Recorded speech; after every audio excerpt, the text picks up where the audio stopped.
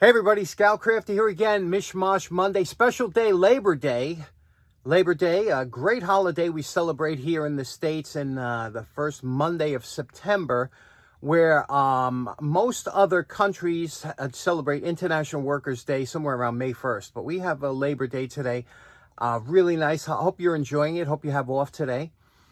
We have a interesting show planned for you today for those just tuning in for the first time.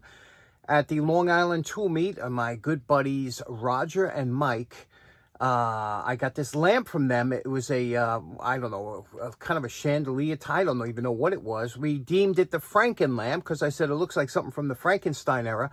However, as we get closer to finishing it, I'm renaming it the Metropolis lamp because now it looks like something that should be in the movie Metropolis, 1927, very visually stunning movie. I don't know if you've ever seen it. Beautiful images in that movie, and this lamp just belongs right there with it. It's just coming out beautiful. We're going to work on that, and then we'll light it up, hopefully get everything done today. So sit back, relax, and let's get started. Okay, we're coming along nicely. This is all dried up. We did it with the Tamiya X24. This is a clear yellow acrylic. Comes out like gold, like it was originally. Now we're going to reassemble everything. We got to talk about wiring. We did our center cone here with a polish. We used this polish I got when I was in the service about 40 years ago.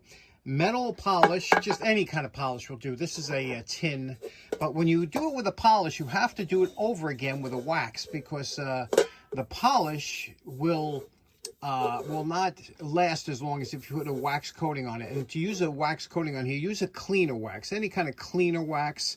That'll take off some of the residual polish on there and it'll last much longer. Now, back in the late 50s and 60s, lamp making was a fad.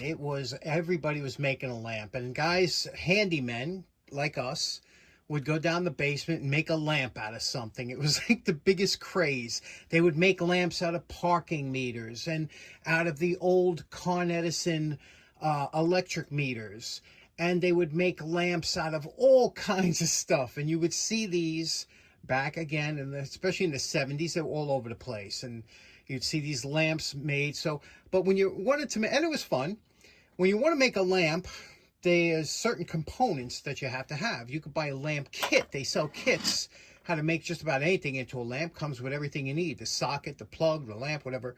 But if you want to make lamps, and now it's almost become another craze with the steampunk lamps that they make, the industrial type of lamps using black pipe and things like that. And it's cool. They're using, especially with the new light bulbs they have today, it's a lot of fun.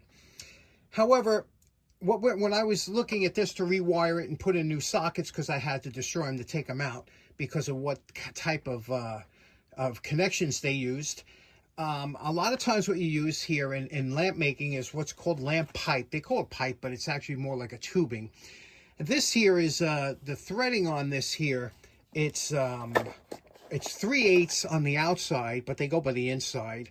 3/8 on the outside, 27 threads per inch, I think, and it's a specific type. Now, the problem is with the old lamps that I do, this was the standard. But now all the lamps that are made today is made from Chinese supplies, which is all metric. So if you're trying to redo an old lamp, you got to make sure you look for the old fractional piping and nuts and things like that they all fit. Otherwise, you'll have metric and standard. You'll try and mix them, it gets all screwed up and you won't be able to do it. So I had to go with some retro sockets. These are they're plastic, but they look like Bakelite. It's UL approved. These are the older style.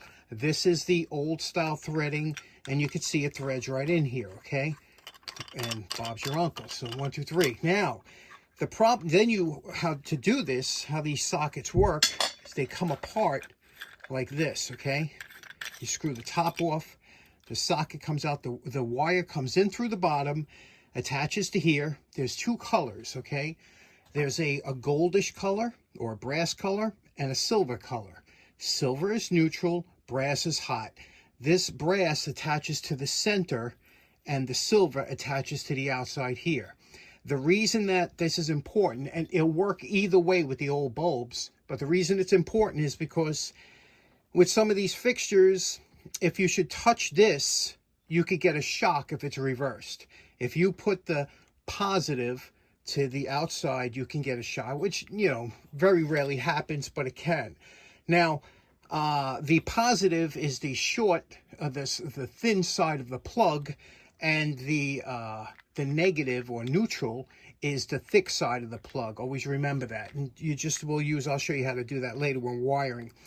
But now, when I got this, these sockets, they had standoffs in there, and they were pretty high up. I want to bring the sockets a little bit down further into these cups because I didn't like that much of the sockets standing out. This is what they had, okay? And this is why. You see, whenever you wanted, I was talking about this lamp pipe in the bottom of the socket. If you had to have wire, you got to run the wire through the lamp pipe. Now, over here, this is what they have. Years ago, this is what they used. It was something like this. And what this does, it connected the bottom of it went to this part here, the bottom of the lamp pipe, and then this went to the nipple on the bottom here, and you could run the wire out through there. But since these sockets are plastic, so my intention is to use center drills to drill into this base here, put 2 small holes in here and run the wire out here, and eliminate this whole part of having the wires coming out. Because you see how proud it sits if you put it like this? I would rather have this sitting much lower. You'll see what I mean. See, I didn't like that look of the sockets coming up that high in the original lamp. I think it'll be an improvement. You'll see what I mean. Okay, so I took this foot that was under here, pushed it in, put a nut on here, one of those electrical nuts, put a little knurled adapter on a deep socket, tightened it down where it's nice and tight. Now, I have my socket will screw right on there. I drilled 2 holes. Do you see these 2 holes? Can you make them out? 1, 2. The wires will come out of here. These little channels will allow the wires to run along the edge of the lamp where they were originally. And the socket will screw down onto here, onto this pipe. There we go. And when it tightens up, look how nice that is. That's just what I want. About 1 inch up. That's fine for me. I didn't want that thing 3-4 inches up. It just looked gorky. It's a nice, neat application there. So we'll do that to all of them, and I'll run the wires on the inside. You don't see the wires, but they run along the inside. This is what it looks like when you take the shield off the socket. The wires will be attached to there. See the 2 holes, how they line up with the little channels here. Next, I want to talk about the switch. This is when you see 3 wires coming out of a switch, it's a 3-way switch. And what that means is normally a switch is just 2 wires. It just interrupts the circuit. So you have a negative going to the light, and then the positive goes to this wire, and the positive goes from here to the light. So this just interrupts that circuit. But when you have a 3-way, what does it do? Well, with many chandeliers like this one here, or any other multiple lights, this has a center light and outer lights. So the switch is normally off. When you turn the first click, you heard that first click, the outer lights come on.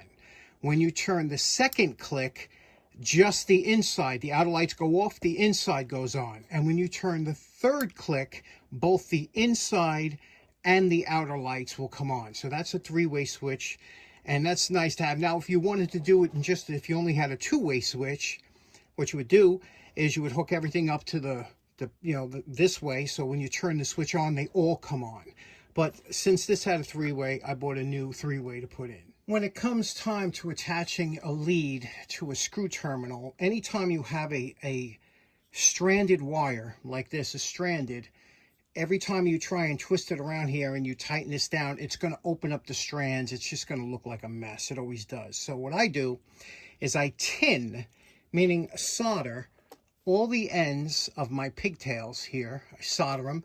Then I bend it into a J hook here. And when I pass it over here like this and tighten that down, It'll be neat and clean, and you'll have no strands spread out. And do that with everything. Now, with these sockets all wired up, you can wire one to here and from here to here and go all the way around, but that's running it in what they call series. And the problem with that is if one bulb burns out, the rest of them will not light up because now you broke the circuit by the bulb burning out. So, but some old chandeliers, things like that, multi-bulb, used to be wired like that. The reason you don't want to do that now is because if you're going to use LED bulbs, some of them are polarity, some of them have to be the right polarity. So that means you have to have the center contact here, the middle contact has to be a hot lead, or else they don't work. So it's always a good idea to do it, you know, run a wire around and just tap off of it, you know, for the negative and for the positive. But you could go from just one socket to the other, just like this, all the way around, and it would work with the old light bulbs. For me, one of the most enjoyable operations when you're getting close to the end, nearing the end of your job, is to solder all your connections. Make sure they're all tight, wrapped well, and a good coat of solder on there. This way you're trouble-free for the life of the lamp. Now, you know my favorite part. Remember what Mike and Roger's lamp looked like before we started. And we're calling this project done. Boy, this came out so nice. I'm so happy we finished this up.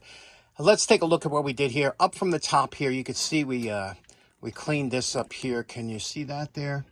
We did the little gold accent on the little flange that they have here, coming all the way down. All the screws were redone. Remember these little paper holders? Well, I bought a box of new ones. They're so cool. I remember using them as a kid. You don't have them anymore. Rewired the whole lamp. Everything's good. New sockets, new wiring, cleaned up. Let's take a look. Now, there's so many different kind of bulbs that you can put in a lamp like this, and it could change the entire look of the lamp. So I got a couple different ones. These here are a little bit brighter. I have some 2-watt bulbs. Let's try a couple different bulbs. See which ones look better. I have some even more on order. You can even put colored bulbs. It would be so many things you could do. We have a 3-way switch hooked up. Let's hang it up and see what it looks like. Now these bulbs are 4 watts each. These are a little bit brighter, and you can see here they were clear with a LED filament. They are dimmable. However, they're just a little bit bigger than the other ones. And let me show you the other ones in here. Okay, here is the lamp. This is my favorite bulbs. I like the frosted. These are only 2 watts, so that means the whole lamp only uses 12 watts. Let's take a look at it lit up here. You could see that little bit of gold actually really makes the lamp pop, I think. And of course, the embellishments, you know, that beautiful casting all around it. These standoffs here, these little stands that come down. And on the bottom of the light is really, really ornate, but you don't get a chance, unless it was hanging up high, you don't get a chance to really appreciate it. But there we go. It's just, to me, I just fell in love with this thing, especially when it was finished. It just looks so nice. What do you think? Lastly, the 3-way switch works as intended. One switch, the first one, throws on the outer ones. The second switch throws, you'll see this little dot, this little vent hole light up when I hit it again. Second switch shuts off them and lights up the inside cone light. The third one, the third switch, click on the switch rather, will, here we go, lights everything up. And then the fourth one shuts it all off. So the 3-way switch works as intended on this beautiful lamp. Okay, kind of a short one today. Special thanks to Roger and Mike for this great lamp. I really had a good time doing it.